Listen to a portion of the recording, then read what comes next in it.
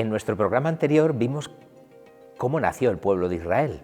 3 patriarcas, Abraham, Isaac y Jacob, una elección gratuita de Dios, la escucha de un Dios que no tenía imagen, que no tenía muñeco que manipular, y la fe de unos primeros antepasados que se pusieron en camino y vieron cómo Dios estaba vivo. Un Dios desconocido, un Dios muy distinto de los dioses, de los ídolos a los que habían adorado antiguamente sus padres y que había empezado con ellos toda una historia. Dejábamos a los hijos de Jacob, a Jacob también, pero Jacob se murió enseguida, en Egipto, porque uno de los hermanos, José, se había convertido en el primer ministro, en el virrey de Egipto. Y allí estuvieron 430 años, llovió mucho. Al principio fenomenal. Hay datos, en la historia de aquella época no tenemos demasiados datos, pero hay algunos que nos ayudan a ver cómo lo que la Biblia nos cuenta desde una perspectiva de Israel, pues es coherente con los datos que la misma historia universal nos da. Y es que hacia el año 1700 a.C. hubo una serie de invasiones o intromisiones de los pueblos que llamamos los Hicsos en Egipto, y más o menos ahí hay que ubicar la llegada de los hebreos. Los hebreos y otras tribus semitas se instalaron allí y vivieron más o menos pacíficos en una zona, la Biblia dice, en la región de Gosén, hasta que el libro del Éxodo, que es el segundo libro del Pentateuco, el segundo libro de la Torá, de la Biblia, nos narra que el pueblo había crecido muchísimo, pero 400 años después el faraón ya no tenía una relación especialmente buena con aquellas tribus que habían llegado siglos antes. Dice la Biblia con estas palabras: llegó al trono un faraón que no había conocido a José. Claro, 400 años después, pues normal, ¿verdad? Y empieza a desatarse una política de opresión que no sabemos muy bien a qué se debe. Es posible que los hebreos hubieran sido colaboradores de los Hicsos, a los que Egipto había acabado expulsando. En cualquier caso, la Biblia nos da esta perspectiva. El pueblo de Israel, los hijos de Israel, que es el otro nombre de Jacob, por eso se llama Israel el pueblo, porque Dios le cambió el nombre a Jacob, fuerte con Dios significa.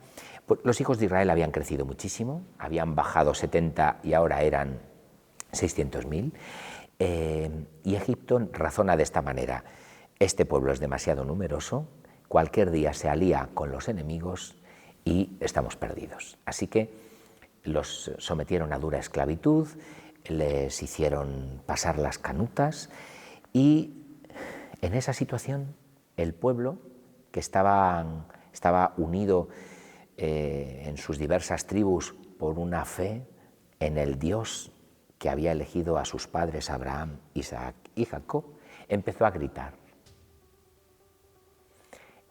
Todos los años Israel celebra su fiesta principal en la primavera, en el primer plenilunio de primavera, es la Pascua.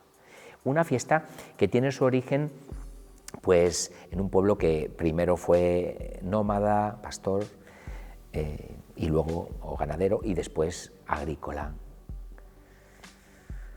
Es una fiesta de religiosidad natural, cuando el pueblo tiene que pasar, cuando las tribus tenían que trashumar buscando nuevos pastos en la llegada de la primavera, pues ofrecían en sacrificio un cordero, con el deseo de ahuyentar a las fieras, a las bestias salvajes y la mala suerte, digamos, para que el rebaño pudiera encontrar estupendos pastos, ¿no? Es muy bonito ver cómo Dios elige este contexto para intervenir y elevar lo que sería religiosidad natural a la categoría de fiesta teológica, litúrgica, porque el pueblo de Israel, desde Abraham, es un pueblo que cree en un Dios que actúa en la historia. Si nosotros hubiéramos preguntado a Abraham por qué cree en Dios, no nos habría hablado del catecismo que le enseñó su padre, porque eso no existía. Nos habría enseñado a su hijo Isaac. Nos habría dicho, pues yo creo en Dios, porque yo era viejo, mi mujer estéril, todo era imposible y Dios me dio un hijo. Pues cuando uno pregunta a un judío, a un israelita con fe, ¿por qué tiene fe? La respuesta es muy sencilla. Porque existo, porque existe mi pueblo. Porque mi pueblo, si Dios no hubiera intervenido, no existiría. Es verdad que en nuestro programa anterior hablábamos de los patriarcas como origen del pueblo de Israel y de la elección que a través de ellos hizo de toda su descendencia para revelarse después a todas las naciones y salvar a los hombres. Pero lo cierto es que como pueblo, como pueblo realmente instituido, no existe hasta que Dios interviene liberándolo de la esclavitud. En torno al año 1250 se suele ubicar este acontecimiento.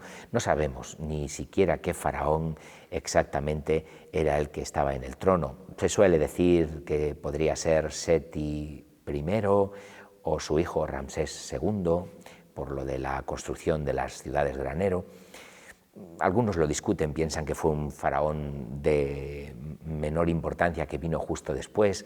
Realmente esto no lo sabemos porque la Biblia no nos dice exactamente cómo se llamaba el faraón, aunque estamos acostumbrados a las películas de los 10 mandamientos o del príncipe de Egipto y nos montamos también nosotros nuestras imaginaciones.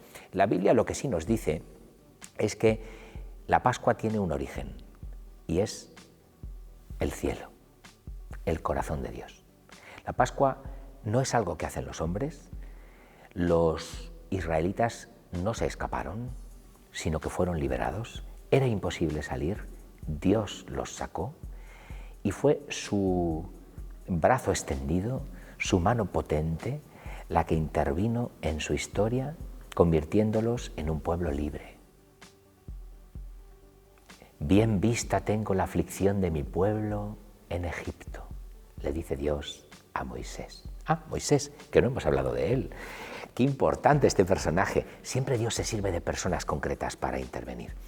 Nunca lo hace con rayos y centellas, sino a través de hombres pobres, y si no lo son, los empobrece primero, porque si no, se les sube a la cabeza y se va todo al traste. Moisés, a quien todos tenemos en la cabeza como principito, porque, bueno, pues nació en el pueblo hebreo, sí, pero todos sabemos, y si no, pues lo leemos en la Escritura para aprenderlo, que en ese régimen de opresión el faraón quiso eliminar a todos los varones. Y Moisés, que significa salvado de las aguas, se salvó milagrosamente porque su familia tuvo la inteligencia de no matarlo y de dejarlo en manos de Dios en el río. La faraona se enamoró del nene que lloraba y lo crió como un hijo suyo. La historia de Moisés tiene como 3 cuaresmas. Además es que la Biblia lo distribuye así, en 3 cuaresmas. Él murió con 120 años, no está mal, y tuvo unos primeros 40 como principito, otros 40 oliendo a chotuno como pastor detrás de las ovejas en Madián, y otros 40 ya como líder, caudillo, libertador de su pueblo. Es muy interesante ver cómo Dios a este principito, que fue capaz de matar a un egipcio que había matado a un hebreo y que se tomó la justicia por su mano, lo tuvo que humillar, lo tuvo que hacer descender, lo despojó de todo, le hizo sentir que no valía para nada, le hizo creer que él a lo único que podía aspirar era a ser pastor allá en Madián, y cuando ya no esperaba nada de sí, cuando ya no pensaba ser nadie, cuando en absoluto soñaba con liberar a su pueblo, Dios lo eligió, tartaja y todo, que era tartamudo. Se le apareció en aquella zarza ardiente una imagen bellísima de la Eucaristía y de la virginidad perpetua de María, como los padres de la Iglesia han visto, que la Virgen lleva al Señor y no se consume, para hablarle al corazón directamente y decirle, ve, porque he visto lo mal que lo está pasando en mi pueblo y no me aguanto. He escuchado su clamor que ha llegado a mí y yo te he escogido a ti para que vayas a decirle al faraón que deje salir a mi pueblo. Otra locura más de las de Dios. Moisés se siente absolutamente incapaz, pero se fía y junto a su hermano Aarón hace frente al faraón. Todo se pone peor. Esto es una de las cosas más desconcertantes de la historia del Éxodo. Parece que si Dios ha decidido la libertad de su pueblo, ha elegido a Moisés, va a tomar cartas en el asunto, todo va a ir fenomenal. Pues no. Forma parte de su plan endurecer el corazón del faraón y que el faraón no los deje marchar, que no sea nada fácil salir, que incluso la situación de Israel empeore precisamente por intentar la libertad que Dios le ha prometido dar. Y en ese contexto hay que entender las plagas. Algunas son fácilmente explicables hasta con causas naturales, ¿verdad? Las langostas, las ranas, los mosquitos, los tábanos, todas esas cosas son típicas de la región del Nilo. Pero el libro del Éxodo no entra en explicar esas cosas. Lo que hace el libro del Éxodo, como toda la Sagrada Escritura, es una lectura de fe de los acontecimientos. Y lo cierto es que para el pueblo de Israel, aquellos acontecimientos fueron intervenciones directas de Dios, aunque a través de causas segundas, para que no quedara duda de que a Dios no se le puede doblar la mano. Si Él decide una cosa, se sale con la suya. Cuando en aquella noche de la primera Pascua se sacrifica el cordero, en el inicio de aquella primavera, y con la sangre las casas de los israelitas quedan teñidas en las puertas, en las jambas, en los dinteles, y sucede la última plaga terrible de la muerte de los primogénitos, el pueblo de Egipto dice: marchaos de aquí. Les dan hasta las riquezas para que se escapen, les ruegan que se vayan. Dios ha liberado a su pueblo y todavía tiene que cubrirse de gloria de un modo más maravilloso. El faraón se arrepiente rápidamente de lo que ha pasado, se llena de nuevo de orgullo y persigue a Israel, dándole caza en una situación sin salida. Delante, el Mar Rojo, detrás, los egipcios, y Dios, aparentemente, en ningún sitio. Es verdad que les ha liberado, o eso dice Moisés, han salido, pero ¿y ahora qué hacemos? Y es entonces cuando sucede el episodio, que es una imagen del bautismo. Queda atrás el ejército egipcio, el mar contra todo pronóstico, por la fuerza de un viento del este, que es toda una imagen del Espíritu Santo, se abre en dos y el pueblo pasa a pie enjuto hasta la otra orilla. Detrás viene el ejército del faraón hasta que las aguas los sepultan y el faraón queda sumido en el llanto. Este acontecimiento fundacional del pueblo de Israel se convertirá en el origen de la fiesta nacional y anual del pueblo. Esa noche será noche de vela para todas las generaciones hasta el día de hoy y para nosotros los cristianos una figura del bautismo que nos salvó, que nos arrancó no de la esclavitud del faraón, sino del demonio y no de los pecados que nos persiguen, no de los egipcios que nos persiguen, sino de los pecados que nos llevan siempre a la muerte, a ser esclavos y a vivir como lo que no somos. Gente que ha nacido para vivir como hijos de Dios y vivimos sometidos a un montón de pasiones, a un montón de cadenas de las que no podemos librarnos si Dios no interviene. Por eso cada año los cristianos celebramos también la Pascua.